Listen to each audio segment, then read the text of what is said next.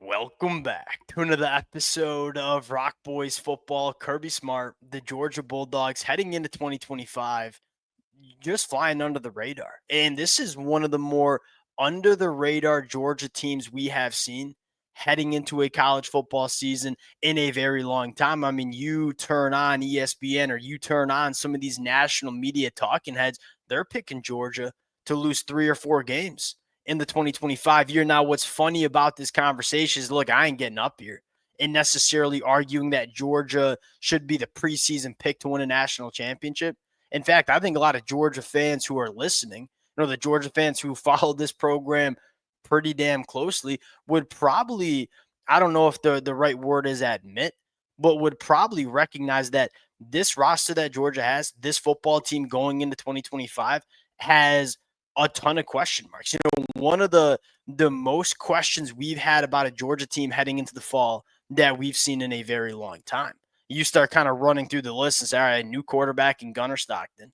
You got to replace multiple difference makers along the front seven, a couple of key guys on the offensive line. I mean, you look at this roster and say, Kirby Smart said it at SEC Media Days, we don't know much about this football team.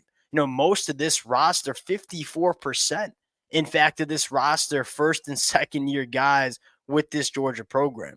Now, what's unique about this conversation is all of those question marks, kind of lead to people sleeping on Georgia going into 2025. And I'm not even getting up here and disagreeing with that.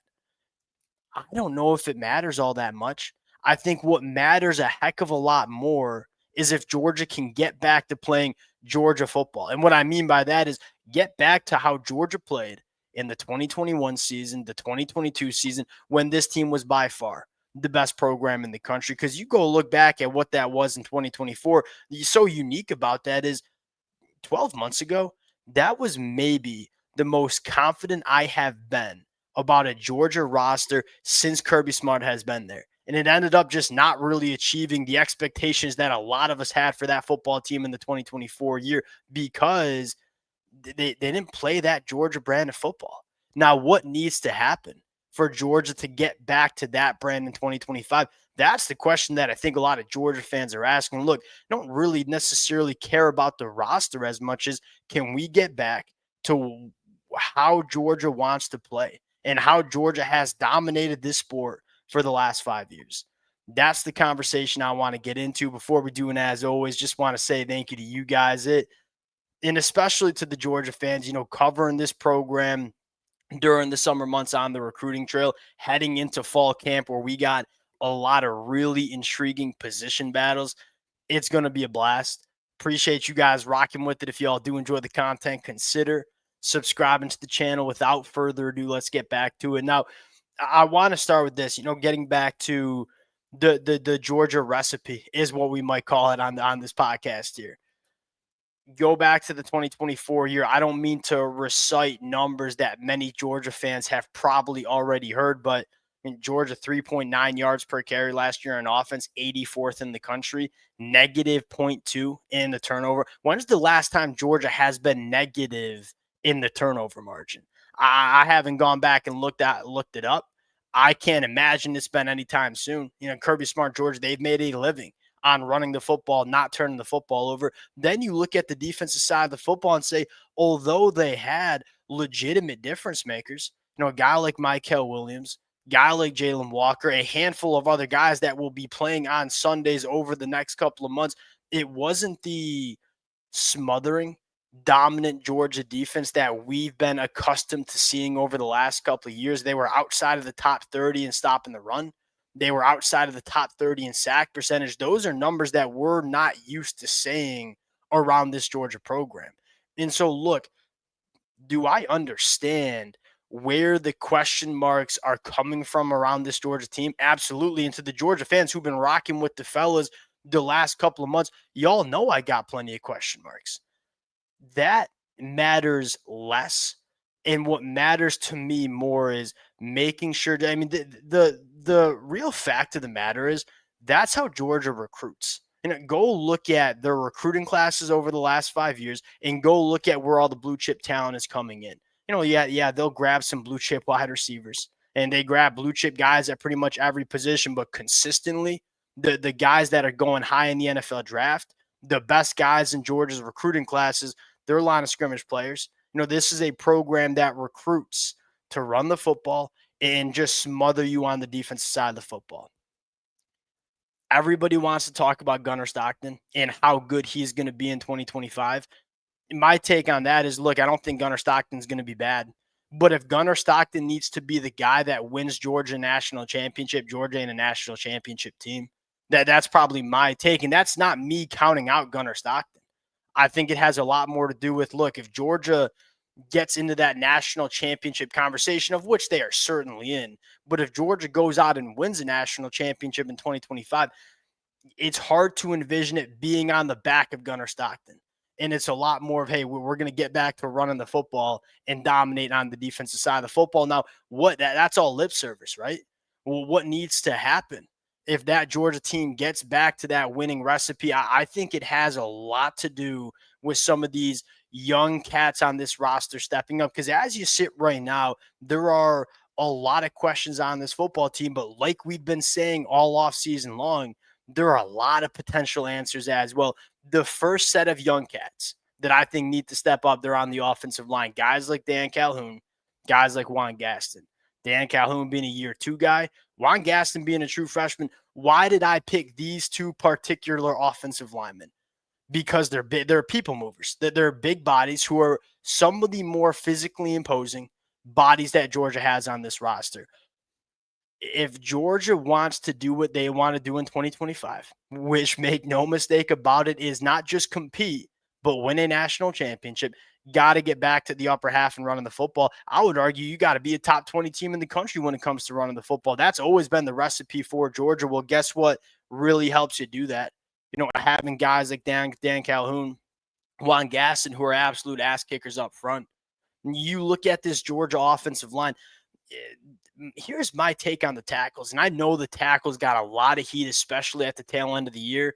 Monroe Feeling, Ernest Green, if they stay healthy, play their best football, they're both guys that I could see being top 50 picks in the NFL draft. I don't think it's a talent issue for Georgia. Like, there are a lot of programs that we're talking about in the offseason saying, I just don't think they have SEC caliber tackles rolling into 2025. They just don't have the bodies.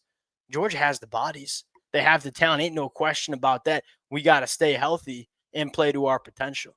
And then you look at the inside, the positions that you have to replace a lot of guys that have played a lot of football. It's some of these young guys that are stepping up. Look, I know Micah Morris is one of the best guards in all of football.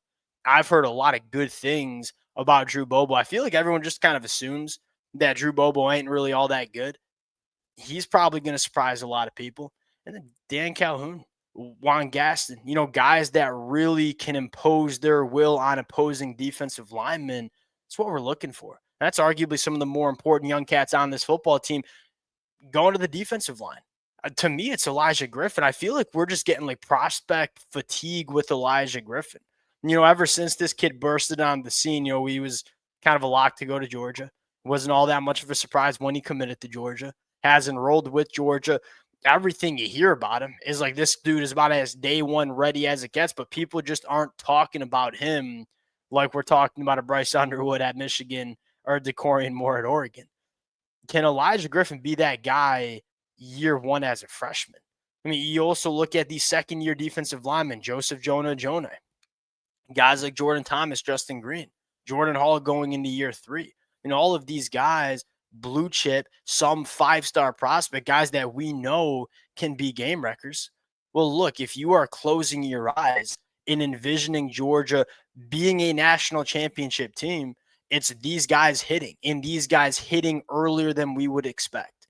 Guys like Elijah Griffin, guys like Joseph Jonah, can we get back to smothering on the defensive side of the football? And then lastly, I go, hey, Nate Frazier, the running back position, as much as we want to point to the offensive line, I don't think the running back position was necessarily up to the Georgia standard last year. Trevor Etienne was clearly playing banged up. I think there was a reason he was probably a day 3 pick in the NFL draft. And quite frankly, I don't think he was a day 3 pick in the NFL draft because of his junior year tape at Georgia. I had a little bit more to do to his tape as a freshman and sophomore at Florida. Can Nate Frazier be a not just a top half SEC running back. Can Nate Frazier be one of the best running backs in the country? We saw the glimpses, and I think Kirby Smart probably wanted to give him more opportunities, but with some of the fumbling stuff that you saw was probably kind of yanked back a little bit. Can he be that guy? What about Bo Walker, Chauncey Bowens? Josh McCray, I don't think will be that guy. I think we know what Josh McCray is. He is a big boy, bowling ball running back that probably ain't going to run for over 500 plus yards for Georgia, but maybe as I would say rotational piece, but more of like a specialist in those short yardage situations. That's when he's going to get used. It's Nate Frazier. If we're talking about Georgia having one of the better rushing attacks in the conference, Nate Frazier is going to be your guy, at least the way I see it. And so I guess to wrap up this conversation, I get why people are sleeping on Georgia because there's a lot of question marks on this roster. Ain't no question about it.